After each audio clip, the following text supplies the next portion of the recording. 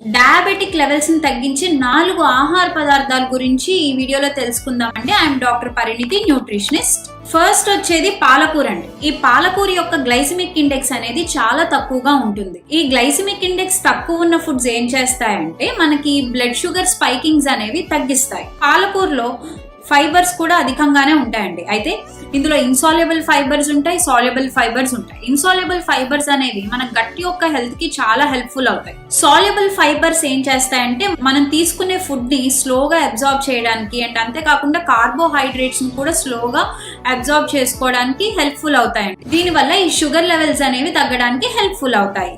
పాలకూరలో one of the most important thing ఏంటంటే ఇందులో మెగ్నీషియం లెవెల్స్ అనేవి అధికంగా ఉంటాయి. ఈ మెగ్నీషియం అనేది ఇన్సులిన్ యొక్క ఫంక్షన్ కి చాలా హెల్ప్ చేస్తుందండి. అంతేకాకుండా మనకి మెగ్నీషియం లెవెల్స్ కనుక తక్కువ ఉంటే ఈ డయాబెటీస్ ఉన్న వాళ్ళకి షుగర్ లెవెల్స్ పెరిగే ఛాన్సెస్ ఎక్కువ ఉంటాయి. యాంటీ ఆక్సిడెంట్స్ కూడా చాలా అధికంగా ఉంటాయి. ఇది మనకి డయాబెటీస్ వల్ల వచ్చే ఆక్సిడేటివ్ స్ట్రెస్ ని తగ్గించడానికి హెల్ప్ఫుల్ అవుతాయి. నెక్స్ట్ రెసిపీస్ లో అయితే కనుక పాలకూర పప్పులా కానీ పాలకూర కర్రీ లాగా పాలకూర స్మూతీ లాగా చేసుకుని తీసుకోవచ్చండి. నెక్స్ట్ వచ్చేసి మొరింగా లీవ్స్ అంటే మునగాకు. ఈ మునగాకులో కూడా మనకి మెగ్నీషియం లెవెల్స్ కానీ ఫైబర్స్ కానీ యాంటీ ఆక్సిడెంట్స్ కానీ అధికంగానే ఉంటాయి. అయితే వీటితో పాటుగా దీనిలో ఐసోథియోసైనేట్ అనే ఒక ఎంజైమ్ ఉంటుంది. ఈ ఎంజైమ్ ఏం చేస్తుందంటే ఇన్సులిన్ సెన్సిటివిటీని పెంచిద్ది. ఈ గ్లూకోజ్ ఏదైతే ఉందో అది కణాల్లోకి సులభంగా ప్రవేశించడానికి హెల్ప్ఫుల్ అవుతుందండి. మెగ్నీషియమే కాకుండా దీంట్లో జింక్ లెవెల్స్ కూడా అధికంగానే ఉంటాయి. ఈ జింక్ లెవెల్స్ ఇన్సులిన్ ఫంక్షన్ కి హెల్ప్ఫుల్ అవుతుంది. అయితే ఈ మునగాకు అనేది మనం కర్రీ లాగా తీసుకోవచ్చు, ఒక సూప్ లాగా చేసుకుని తీసుకోవచ్చు, లేదంటే పప్పులో కూడా యాడ్ చేసుకుని తీసుకోవచ్చు. థర్డ్ వచ్చేసి ఫెనుగ్రీక్ అంటే మెంతులు. ఈ మెంతుల్లో సాల్యుబుల్ ఫైబర్స్ అనేవి ఎక్కువగా ఉంటాయి. ముఖ్యంగా గలాక్టోమానన్ అనే ఒక ఫైబర్ ఎక్కువగా ఉంటుంది. ఇది ఏం చేస్తుందంటే ఇంటెస్టైన్ లో కార్బోహైడ్రేట్ అబ్జార్ప్షన్ అనేది తగ్గిస్తుంది. దీనివల్ల పోస్ట్ పెరాండియల్ బ్లడ్ షుగర్ లెవెల్స్ అనేవి కంట్రోల్ అవుతాయండి. ఇందులో 4-హైడ్రాక్సీ ఐసోలూసిన్ అనే ఒక అమైనో యాసిడ్ ఉంటుంది. ఈ అమైనో యాసిడ్ ఏం చేస్తుందంటే మన ప్యాంక్రియాస్ నుండి ఇన్సులిన్ విడుదల అనేది పెంచుతుంది. దీని వల్ల ఈ గ్లూకోజ్ అనేది కణాల్లోకి సులభంగా ప్రవేశిస్తుంది. ఫర్దర్ గా ఈ షుగర్ లెవెల్స్ అనేవి కంట్రోల్ అయ్యే ఛాన్సెస్ ఉంటాయి.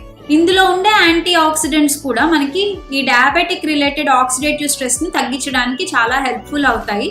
And one of the most important thing ఏంటంటే ఈ మెంతుల గురించి ఇది bad cholesterol levels LDL levels ని కంట్రోల్ చేయడానికి కూడా హెల్ప్ఫుల్ అవుతాయి.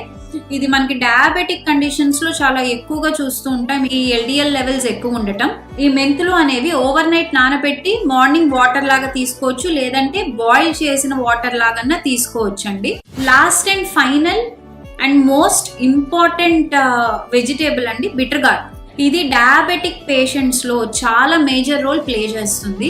ఇందులో మనకి పాలీపెప్టైడ్ P అనే ప్లాంట్ బేస్డ్ ఇన్సులిన్ ఉంటుంది. ఇది మన హ్యూమన్ ఇన్సులిన్ లానే యాక్ట్ చేస్తుందండి. ఇందులో ఉండే కొన్ని ఎంజైమ్స్ ఏం చేస్తాయంటే మనకి ఈ గ్లూకోజ్ ఏదైతే ఉందో అది ఫ్యాట్ సెల్స్ లేదంటే మజిల్స్ ఈజీగా అబ్జార్బ్ చేసుకునేలాగా చేసుకుని బ్లడ్ లో గ్లూకోజ్ లెవెల్స్ అనేది తగ్గిస్తుంది. ఫర్దర్ గా ఈ బ్లడ్ షుగర్ స్పైకింగ్స్ అనేవి తగ్గుతాయి అండ్ షుగర్ లెవెల్స్ కూడా కంట్రోల్ అవుతాయి. ఈ బిటర్ గార్డ్ తీసుకోవడం వల్ల కూడా మన ఈ ప్యాంక్రియాస్ నుంచి ఈ ఇన్సులిన్ ప్రొడక్షన్ అనేది ఎక్కువ అవుతుంది.